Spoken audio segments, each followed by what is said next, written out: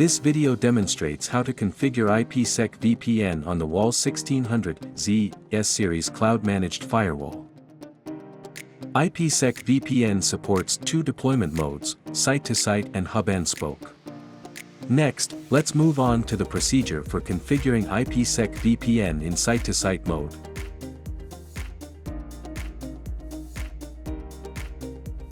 As shown in the figure, Network A and Network B are connected to the Internet through Firewall A and Firewall B, respectively.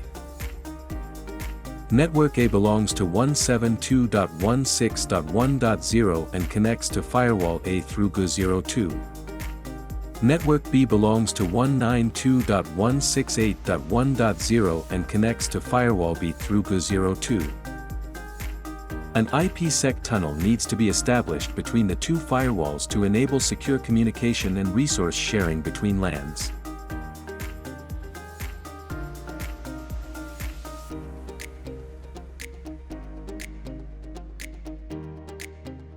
Before configuring IPsec VPN, complete basic network configuration according to network planning, which is not shown in this video. The device supports two tunnel configuration modes: custom tunnel configuration and configuration using the tunnel configuration wizard. Here, the wizard is used to configure IPsec VPN. Configure Firewall A. 1. Log into the eWeb of the firewall, choose Network IPsec VPN config wizard. The firewall automatically detects whether the current configurations meet the conditions for establishing an IPsec VPN tunnel and displays the detection result. Click Next. 2. Perform basic configuration. Enter the tunnel interface. Enter the tunnel name. Select the deployment scenario.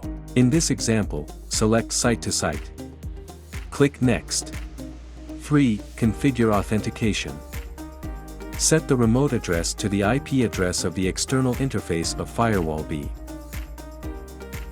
Set the outbound interface to the local external interface for establishing the VPN connection. Set the pre-shared key.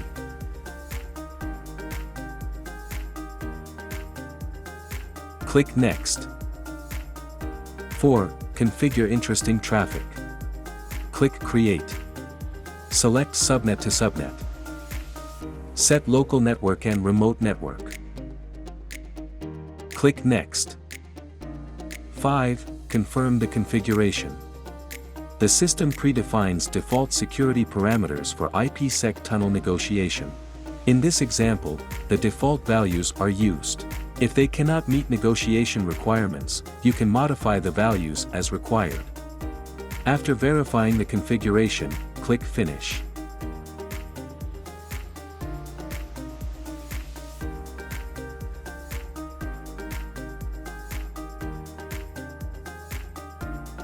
The device automatically adds the tunnel to the custom tunnel configuration page.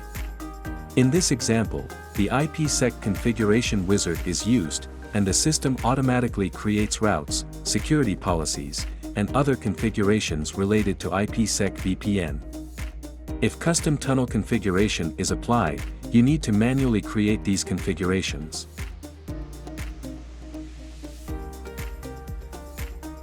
IPsec VPN configuration on Firewall B is similar.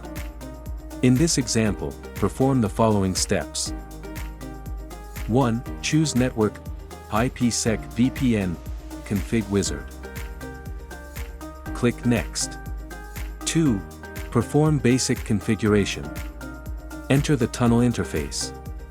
Enter the tunnel name. Set the deployment scenario to site-to-site. Click Next. 3. Configure authentication. Set the remote address to the IP address of the external interface of Firewall A. Set the outbound interface to the local external interface for establishing the VPN connection. Set the pre-shared key. Click Next. 4. Configure interesting traffic. Click Create. Select Subnet to Subnet. Set local network and remote network. Click Next. 5. After verifying the configuration, click Finish.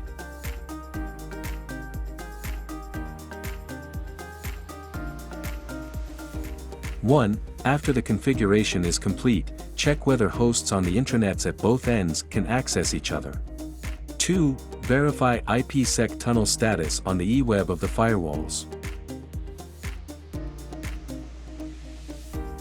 If a device connects to a Fortinet FortiGate 100F series device, verify the following configurations. The default encryption algorithm, authentication algorithm, PFS, and DH group in the two negotiation phases on Fortinet devices differ from those on WAGIA devices.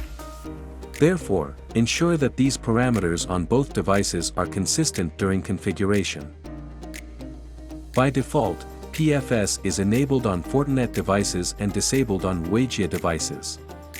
When PFS is enabled, ensure that the DH groups in the current phase are the same on both devices. Ensure that the pre-shared keys of the two devices are the same. In the topology, if Firewall A is a WAGIA device and Firewall B is a Fortinet device, you are advised to perform the following configurations.